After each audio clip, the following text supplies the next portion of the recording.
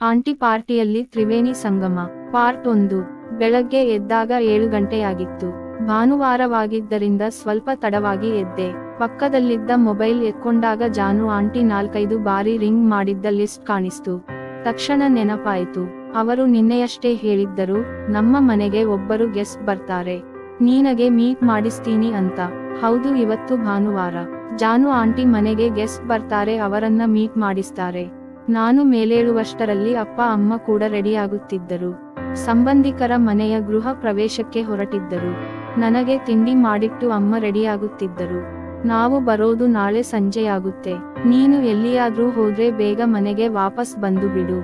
ಜಾನು aunty ಏನಾದ್ರೂ ಕೇಳಿದ್ರೆ ಅವರಿಗೆ ಹೆಲ್ಪ್ ಮಾಡು ಎಂದು ಅಮ್ಮ ಹೇಳಿ ಹೊರಟ್ರು.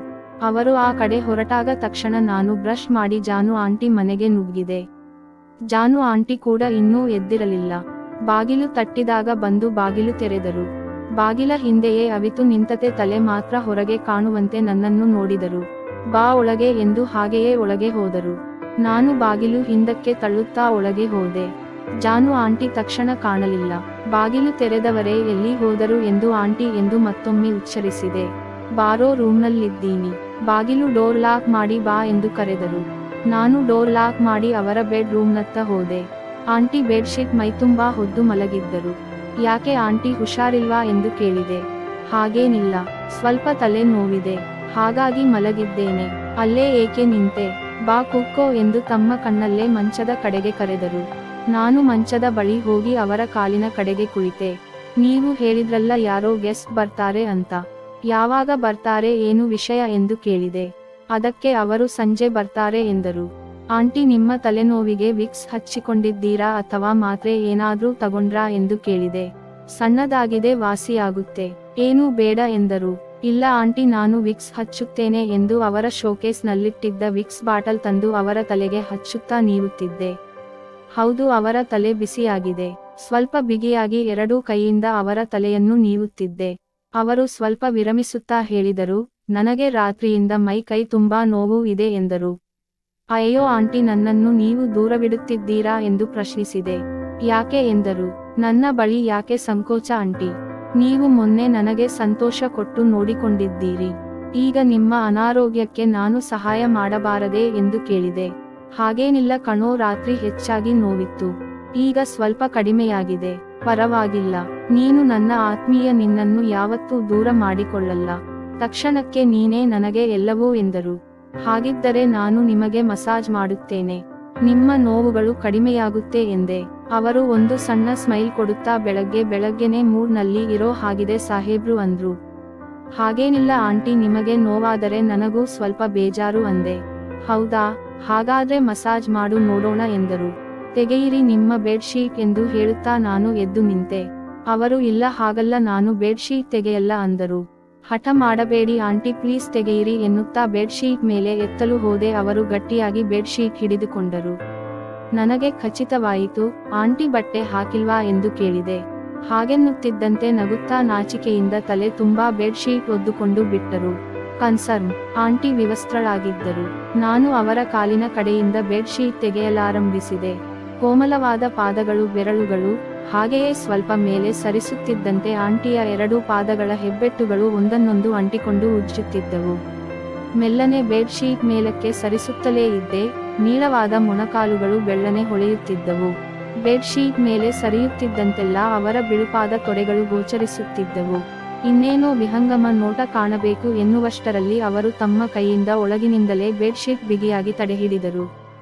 ನಾನು ಇರಲಿ ಬಿಡಿ ಆಂಟಿ, ನಾನೇನು ನಿಮಗೆ ಹೊಸಬನಾ ಎಂದು ಕೇಳಿದೆ. ಏಕೋ ನಾಚಿಕೆಯಾಗುತ್ತಿದೆ ಕಣೋ ಎಂದು ಬೆಡ್ ಶೀಟ್ ಒಳಗೆ ಪಿಸುಗುಟ್ಟಿದರು.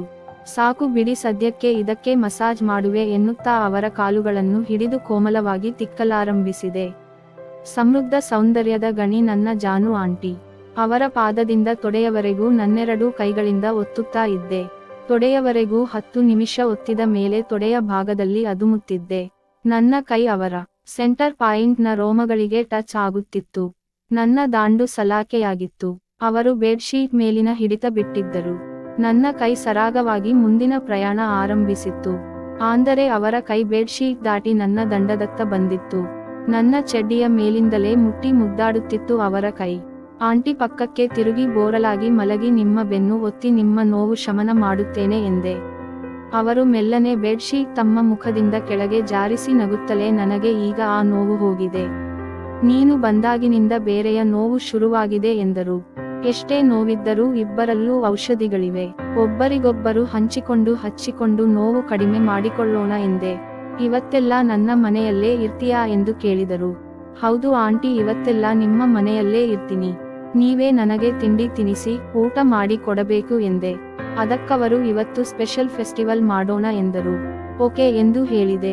ಅವರ ಮಾತು ಕೇಳಿ ನನಗೂ ಖುಷಿ, ಅವರಿಗೂ ಖುಷಿ. ಅದೇ ಖುಷಿಯಲ್ಲಿ ತಾವು ಬಿಗಿಯಾಗಿ ಹಿಡಿದು ದೇಹ ಬಚ್ಚಿಟ್ಟಿದ್ದ ಬೆಡ್ ಶೀಟ್ ಅನ್ನು ಒಮ್ಮೆಲೇ ಕೆಳಕ್ಕೆ ಜಾಡಿಸಿ ಸರಿಸಿದರು. ಬಾ ಒಂದು ಸಿಪ್ ಹೀರು ಎಂದು ತಮ್ಮ ಕೈ ನನ್ನ ಕಡೆ ನೀಡುತ್ತಾ ಕಣ್ಣಲ್ಲಿ ತಮ್ಮ ಎದೆಯತ್ತ ಕರೆದರು. ನಾನು ಎದ್ದು ನನ್ನ ಟೀ ಶರ್ಟ್ ಬಿಚ್ಚೆಸೆದು ಸೀದಾ ಬಾಯಿ ಇಟ್ಟೆ. ಅವರು ನನ್ನ ತಲೆ ಹಿಡಿದು ಬೆಣ್ಣೆ ಮುದ್ದೆಗಳಿಗೆ ಒತ್ತಿಕೊಂಡರು. ಅಂದು ಇಡೀ ದಿನದ ಆಟಕ್ಕೆ ಆರಂಭಿಕವಾಗಿ ಸಣ್ಣದೊಂದು ಸಹಜ ಪ್ರಕ್ರಿಯೆ ನಡೆಯಿತು.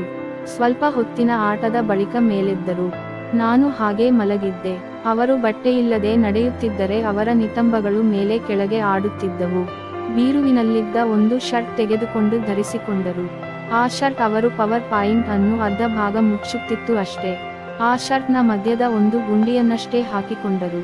ತುಸು ಗಾಳಿ ಬೀಸಿದರೆ ಕೆಳಗೆ ಪವರ್ ಪಾಯಿಂಟ್ ಇಣುಕಿ ನೋಡುತ್ತಿತ್ತು. ಮೇಲಿನ 2 ಬೆಣ್ಣೆ ಮುದ್ದೆಗಳು ಅರ್ಧ ಭಾಗ ಗೋಚರಿ, ಅವೆರಡರ ನಡುವಿನ ಭಾಗ ಸಂಪೂರ್ಣ ಹಾದಿ ಕಣ್ಮನ ಸೆಳೆಯುತ್ತಿತ್ತು. ನಾನು ಕಾಫಿ ಮಾಡುತ್ತೇನೆ, ನೀನು ಮಲಗಿರು ಎಂದು ಹೇಳಿ ಅಡುಗೆ ಮನೆಯತ್ತ ಹೊರಟರು. ನಾನು ಎದ್ದು ನನ್ನ ಚಡ್ಡಿ ಧರಿಸಿ ಅವರ ಹಿಂದೆಯೇ ಹೊರಟೆ. ಅಡುಗೆ ಮನೆಯಲ್ಲಿ ಮಾತನಾಡುತ್ತಾ ಕೇಳಿದೆ, ಯಾರು ಇವತ್ತು ನಿಮ್ಮ ಗೆಸ್ಟ್, ಏನು ವಿಶೇಷ ಆಂಟಿ ಎಂದೆ. ನಮ್ಮ ಕಾಲೇಜಿನಲ್ಲಿ ಟೀಚರ್ ಆಗಿದ್ದಾರೆ. ಅವರ ಹೆಸರು ಸುಮಾ. ಇವತ್ತು ಅವರ ಬರ್ತ್ಡೇ. ನನ್ನೊಂದಿಗೆ ತುಂಬಾ ಕ್ಲೋಸ್ ಆಗಿರುವ ಏಕೈಕ ಫ್ರೆಂಡ್ ಅವಳು.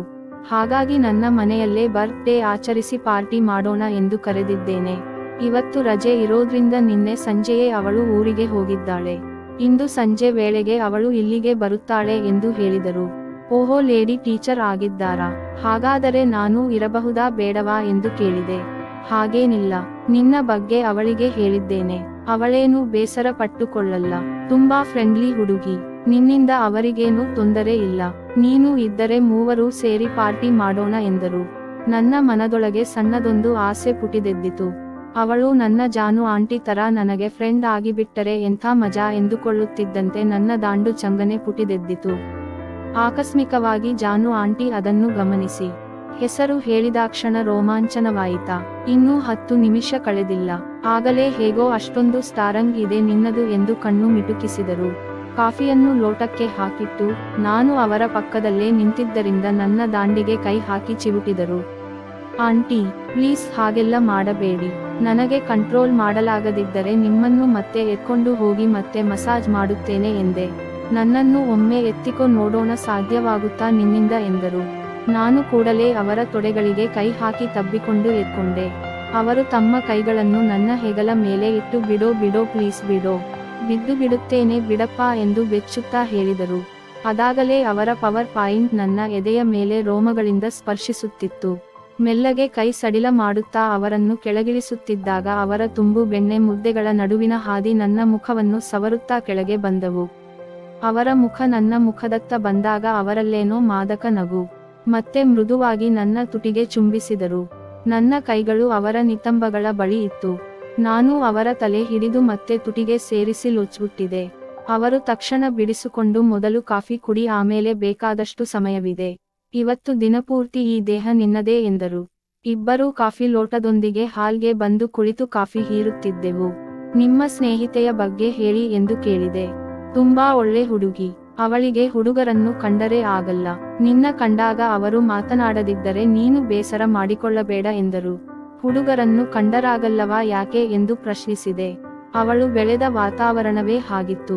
ಅವರ ಮನೆಯಲ್ಲಿ ತುಂಬಾ ಕಟ್ಟುನಿಟ್ಟಾಗಿದ್ದರಿಂದ ಹುಡುಗರ ಸಂಪರ್ಕ ಇಲ್ಲ. ಕೆಲ ಹುಡುಗರ ದುರ್ವರ್ತನೆಯಿಂದ ಬೇಸರಗೊಂಡಿದ್ದಾಳೆ ಅಷ್ಟೇ.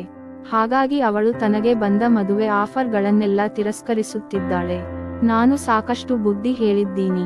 ಅವಳು ಇನ್ನೂ ಮದುವೆ ಬಗ್ಗೆ ಚಿಂತಿಸುತ್ತಿಲ್ಲ ಎಂದರು. ಹುಡುಗರನ್ನ ಕಂಡರಾಗದವರು ಪಾಠ ಹೇಗೆ ಮಾಡುತ್ತಾರೆ ಎಂದು ಮರು ಪ್ರಶ್ನೆ ಮಾಡಿದೆ. ನಮ್ಮ ಕಾಲೇಜಿನಲ್ಲಿ ಅದೇ ಸಂಸ್ಥೆಗೆ ಸೇರಿದ ನರ್ಸರಿ ಶಾಲೆಯೊಂದು ಪಕ್ಕದಲ್ಲೇ ಇದೆ. ಅಲ್ಲಿ ಪುಟ್ಟ ಮಕ್ಕಳಿಗೆ ಪಾಠ ಮಾಡುತ್ತಾಳೆ. ಆದರೆ ಅಡ್ಮಿನಿಸ್ಟ್ರೇಷನ್ ಎಲ್ಲವೂ ಒಂದೇ ಎಂದರು. ಹೀಗೆ ಮಾತನಾಡುತ್ತಾ ಸಮಯ ಕಳೆಯುತ್ತಿತ್ತು. ಜಾನು ಆಂಟಿ ಎದ್ದು ಕಿಟಕಿಯ ಕಡೆ ಹೋದರು. ಕಿಟಕಿಯ ಕೆಳಭಾಗದಲ್ಲಿ ಸೋಫಾ ಇತ್ತು. ಅದನ್ನು ಹಿಡಿದು ಬಗ್ಗಿ ಕಿಟಕಿಯ ಕರ್ಟನ್ ಎಳೆದು ಮುಚ್ಚುತ್ತಿದ್ದರು. ಅವರು ಬಗ್ಗಿ ಕರ್ಟನ್ ಎಳೆಯುವಾಗ ಅವರ ಶರ್ಟ್ ಸ್ವಲ್ಪ ಮೇಲೆ ಎತ್ತಿಕೊಂಡು ಅವರ ಬಂಡೆಗಳು ನನ್ನನ್ನು ಕರೆಯುತ್ತಿದ್ದವು. ಆಂಟಿ ಎಂದು ಮುಳುಕಿದೆ. ಅವರು ತಕ್ಷಣ ಕರ್ಟನ್ ಅರ್ಧಕ್ಕೆ ನಿಲ್ಲಿಸಿ ಶರ್ಟ್ ಕೆಳಗೆ ಎಳೆದುಕೊಳ್ಳತೊಡಗಿದರು. ಆಂಟಿ ಏನಾದರೂ ಮಾಡಬೇಕೆಂದರೆ ನನಗೆ ಹೇಳಿ, ನಾನು ಮಾಡುತ್ತೇನೆ. ನೀವು ಈ ರೀತಿಯ ಕೆಲಸ ಮಾಡುತ್ತಾ ನನಗೆ ಮತ್ತೇರಿಸಬೇಡಿ ಎಂದು ಕೇಳಿಕೊಂಡೆ. ಆಹಾ ರಸಿಕ, ನಿನ್ನ ದಂಡಕ್ಕೆ ಶಾಂತಿ ಮಾಡಿಸಬೇಕಾದರೆ ಇಡೀ ದಿನ ಬೆಡ್ ಮೇಲೆ ಮಲಗಿರಬೇಕಾಗಬಹುದೇನೋ ಎಂದರು. ಏನು ಮಾಡೋದು ಆಂಟಿ, ಹೆಂಗಸರಿಗೆ ಉದ್ರೇಕ ತಡೆಯುವ ಶಕ್ತಿ ಇದೆ, ನನಗೆ ಅದನ್ನು ನಿಗ್ರಹಿಸುವ ಶಕ್ತಿ ಇಲ್ಲ ಎಂದು ನಾನೇ ಹೋಗಿ ಕರ್ಟನ್ ಮುಚ್ಚಿದೆ. ಎಲ್ಲಾ ಕಿಟಕಿಗಳ ಕರ್ಟನ್ ಮುಚ್ಚಿ ಬಾಗಿಲನ್ನು ಹಾಕಿಬಿಡು ಎಂದರು. ಎಲ್ಲವನ್ನೂ ಮುಚ್ಚಿದೆ. ಅವರು ಮನೆ ಎಲ್ಲವನ್ನೂ ಗಮನಿಸಿ ಈಗ ನಿರ್ಭಯವಾಗಿ ಮನೆಯಲ್ಲಿ ಓಡಾಡಬಹುದು ಎಂದರು. ನಾನು ಸ್ನಾನಕ್ಕೆ ಹೋಗಿ ಬರ್ತೀನಿ, ನೀನು ಟಿವಿ ನೋಡುತ್ತಿರು ಅಥವಾ ಮಲಗಿರು ಎಂದು ಹೇಳಿ ಅವರು ಸ್ನಾನದ ಮನೆ ಕಡೆಗೆ ಹೊರಟರು. ನಾನು ಸುಮ್ಮನಿರಲಿಲ್ಲ, ಹಿಂದೆಯೇ ಹೊರಟೆ. ಅವರು ನಗುತ್ತಿದ್ದರು. ಬಾತ್ ರೂಮ್ನಲ್ಲಿ ನಾನು ನಗುತ್ತಲೇ ಅವರ ಪಕ್ಕೆ ನಿಂತೆ. ಇನ್ನೊಂದು ರೌಂಡ್ ಗೇಮ್ ಆಡ್ತೀಯಾ ಎಂದರು. ನಿಮ್ಮ ಅನುಮತಿ ಸಿಕ್ಕರೆ ಖಂಡಿತ ಆಡೋಣ ಎಂದು ಹೇಳಿದೆ. ಬೆಡ್ ರೂಮ್ನಲ್ಲಿ ಮಸಾಜ್ ಮಾಡಿದೆ. ಬಾತ್ ರೂಮ್ನಲ್ಲಿ ಸ್ನಾನ ಮಾಡಿಸ್ತೀಯಾ ಎಂದರು. ಹೌದು ಎಂದು ತಲೆಯಾಡಿಸಿದೆ. ಅವರು ತಮ್ಮ ಶರ್ಟ್ ಬಿಚ್ಚಿ ಹ್ಯಾಂಗರ್ಗೆ ಹಾಕಿದರು. ಈಗ ಅವರ ಸಂಪೂರ್ಣವಾದ ಸೌಂದರ್ಯ ಸವಿಯಲು ಯಾವುದೇ ಅಡೆತಡೆಗಳಿಲ್ಲ. ಶವರ್ ಆನ್ ಮಾಡಿದರು. ನೀರಿನ ಹನಿಗಳು ಅವರ ದೇಹವನ್ನು ಸವಿಯುತ್ತಾ ಕೆಳಗೆ ಜಾರುತ್ತಿವೆ. ನನ್ನ ಚಡ್ಡಿಯನ್ನು ಬಿಚ್ಚಿ ಅದೇ ಹ್ಯಾಂಗರ್ಗೆ ತೂಗಿ ಹಾಕಿದೆ. ಮತ್ತೊಂದು ಬಗೆಯ ಮೋಜಿನಾಟ ಆರಂಭವಾಯಿತು. ಇಬ್ಬರೂ ಅಪ್ಪಿ ಮುದ್ದಾಡಿದೆವು. ತುಂಬಾ ಸಮಯ ಸವರುತ್ತಾ ನೀರಿನ ನಡುವೆ ಚೆಲ್ಲಾಟವಾಡಿದೆವು. ಪರಸ್ಪರ ಸೋಪು ಹಚ್ಚಿಕೊಂಡು ಪವರ್ ಪಾಯಿಂಟ್ಗಳನ್ನು ಉಜ್ಜಾಡುತ್ತಾ 2-3 ಬಾರಿ ಅಮೃತವನ್ನು ಚೆಲ್ಲುತ್ತಾ ಸುಮಾರು 1 ಗಂಟೆ ಕಾಲ ಬಾತ್ ರೂಮ್ನೊಳಗೆ ರೋಮಾಂಚಕ ಕ್ರೀಡೆ. ಸ್ನಾನದ ನಂತರ ನಾವು ಟವಲ್ನಿಂದ ದೇಹ ಒರೆಸಿಕೊಂಡೆವು. ಆದರೆ ಇಬ್ಬರೂ ಬಟ್ಟೆ ಧರಿಸುವ ಗೋಜಿಗೆ ಹೋಗಲಿಲ್ಲ. ತಿಂಡಿ ತಿಂದೆವು, ಟಿವಿ ನೋಡುತ್ತಾ ಹರಟಿದೆವು.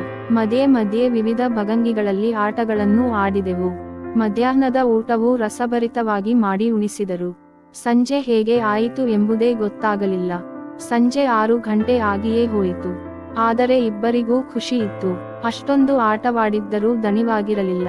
ನಾನು ಕೇಳಿದಂತೆಲ್ಲ ಅವರು ಪೂರೈಸುತ್ತಾ ನನ್ನ ಆಸೆಗಳನ್ನು ಪೂರೈಸಿದ್ದರು. ಜಾನು ಆಂಟಿ ಹೀಗೆ ಮಾತನಾಡುತ್ತಾ ಸೋಫಾ ಸೆಟ್ ಮೇಲೆ ಅವರು ಬೆತ್ತಲಾಗಿ ಕುಳಿತಿದ್ದರು. ಅವರ ತೊಡೆಯ ಮೇಲೆ ನಾನು ತಲೆ ಇಟ್ಟು ಮಲಗಿ ಹರಟುತ್ತಿದ್ದೇನೆ. ಆಗಾಗ ನನ್ನ ಬಾಯಿ ಹಾಲು ಕುಡಿಯುತ್ತಿತ್ತು. ಅವರ ಕೈ ನನ್ನ ದಂಡವಿಡಿದು ಆಟವಾಡುತ್ತಿತ್ತು. ಹೀಗಿರುವಾಗಲೇ ಕಾಲಿಂಗ್ ಬೆಲ್ ಹೊಡೆದುಕೊಂಡಿತು. ತಕ್ಷಣ ಇಬ್ಬರೂ ಎದ್ದು ಪರದಾಡಿದೆವು. ಅವರು ರೂಮ್ಗೆ ಓಡಿ ಹೋಗಿ ನೈಟಿ ಧರಿಸುತ್ತಿದ್ದರು. ನಾನು ಟವಲ್ ಸುದ್ದಿಕೊಂಡು ರೂಮ್ನೊಳಗೆ ಹೋಗಿ ನನ್ನ ಬಟ್ಟೆಗಳನ್ನು ಧರಿಸಿ ಬೆಡ್ ಮೇಲೆ ಮಲಗಿದೆ. ಜಾನು ಆಂಟಿ ಬಾಗಿಲು ತೆರೆದು ಅವರ ಸ್ನೇಹಿತೆ ಸುಮಾಳನ್ನು ಬರ ಮಾಡಿಕೊಂಡರು. ಅದೇ ಸೋಫಾ ಮೇಲೆ ಕೂರಿಸಿ ಮಾತು ಆರಂಭಿಸಿದರು. ಸ್ವಲ್ಪ ಹೊತ್ತಿನ ಬಳಿಕ ನನ್ನನ್ನು ಕರೆದರು. ನಾನು ಅವರ ಬಳಿ ಹೋಗಿ ಕುಳಿತೆ. ಅವರು ಪರಿಚಯಿಸಿದರು. ಹೌದು, ಆ ಹುಡುಗಿ ಸ್ವಲ್ಪ ಮಾತು ಕಡಿಮೆ. ನಾನು ಮಾತನಾಡಲು ಟ್ರೈ ಮಾಡಿದೆ. ಆದರೆ ಅವರು ನನ್ನೊಂದಿಗಿಂತ ಹೆಚ್ಚು ಜಾನು ಆಂಟಿ ಜೊತೆಯೇ ಹೆಚ್ಚು ಮಾತನಾಡುತ್ತಿದ್ದಳು. ಸಣ್ಣಗೆ ನಾಜೂಕಿನ ಹುಡುಗಿ, ತೆಳುವಾದ ದೇಹ, ಬೆಳ್ಳನೆಯ ಮೈಕಾಂತಿ, ಸ್ವಲ್ಪ ಮಟ್ಟಿಗೆ ಬೆಣ್ಣೆ ಮುದ್ದೆಗಳಿವೆ. ಮುಖದಲ್ಲಿ ಸ್ವಲ್ಪ ಕಾಂತಿಯಿದೆ. ಹಸಿರು ಬಣ್ಣದ ಸೀರೆಯುಟ್ಟಿದ್ದಾಳೆ. ತೆಳುವಾದ ಹಸಿರು ರವಿಕೆಯ ಒಳಗಿಂತ ಬಿಳಿ ಬಣ್ಣದ ಒಳ ಉಡುಪು ಎದ್ದು ಕಾಣುತ್ತಿದೆ. ಆ ಒಳ ಉಡುಪಿನ ಪಟ್ಟಿಗಳು ಅವಳ ಬೆಣ್ಣೆ ಮುದ್ದೆಗಳನ್ನು ಬಿಗಿಯಾಗಿ ಹಿಡಿದಿಟ್ಟುಕೊಂಡಿವೆ. ಅವಳ ಸೊಂಟ ಹೊಟ್ಟೆ ಒಕ್ಕಳು ಕೆಂಬಣ್ಣದಿಂದ ಸೀರೆಯ ನಡುವಿಂದ ನನ್ನನ್ನೇ ಕರೆಯುತ್ತಿರಬಹುದು ಎಂದು ಭಾವಿಸಿದೆ. ನನ್ನ ನೋಟವನ್ನು ನೋಡಿದ ಜಾನು ಆಂಟಿ ಸಾಕಪ್ಪ ಸಾಕು, ಅವಳಿಗೆ ದೃಷ್ಟಿಯಾಗುತ್ತೆ ಎಂದರು. ಸರಿ ಆಂಟಿ, ನಾನು ಮನೆಗೆ ಹೋಗುತ್ತೇನೆ. ನೀವಿಬ್ಬರೂ ಮಾತನಾಡುತ್ತಾ ಇರಿ. ಊಟದ ಸಮಯಕ್ಕೆ ಕರೆಯಿರಿ ಎಂದು ಮನೆಗೆ ಹೊರಟೆ. ಸರಿ, ಫೋನ್ ಮಾಡುತ್ತೇನೆ, ಆಗ ಬಾ ಎಂದರು ಜಾನು ಆಂಟಿ. ನಾನು ಹೋಗುತ್ತಿರುವುದನ್ನು ಸುಮಾ ಕದ್ದು ಮುಚ್ಚಿ ನೋಡುತ್ತಿದ್ದಳು. ಎದುರು ಕೂತಾಗ ತಲೆ ಎತ್ತದೇ ಜಾನು ಆಂಟಿ ಕಡೆಗೆ ಮುಖ ತಿರುಗಿಸಿ ಮಾತನಾಡುತ್ತಿದ್ದಳು. ನಾನು ಹೋಗುವಾಗ ಕದ್ದು ನೋಡುತ್ತಿದ್ದಳು. ನಾನು ಜಾನು ಆಂಟಿ ಕಡೆಗೆ ತಿರುಗಿ ಬಾಯಲ್ ಆಂಟಿ ಎಂದು ಹೇಳಿ ಹೊರಟೆ. ವೀಕ್ಷಿಸಿ ಪಾರ್ಟ್ -2.